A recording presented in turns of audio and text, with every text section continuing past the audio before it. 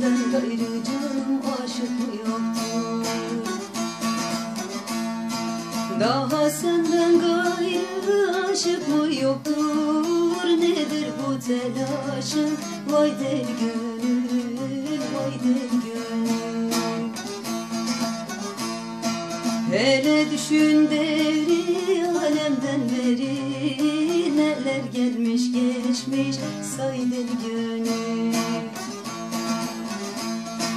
Hele düşün devri alemden beri, neler gelmiş geçmiş say deli gönül.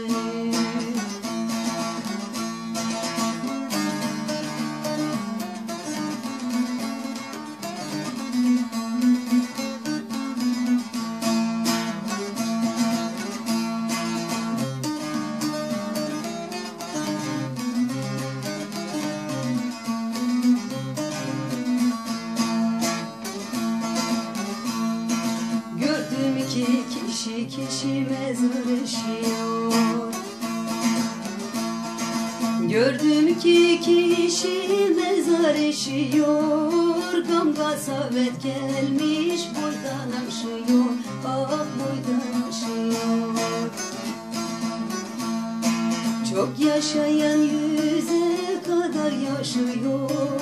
Gel de bu dünyayı yor deli gönül. Çok yaşayan yüze kadar yaşıyor. Gel de bu dünyayı yor deli gönül.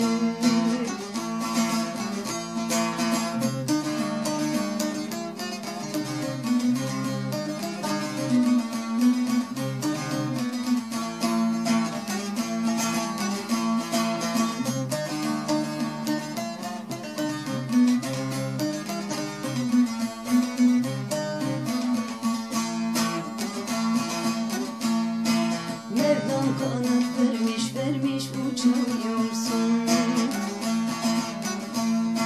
Mevlam kanat vermiş uçamıyorsun. Bu nefsin elinden kaçamıyorsun.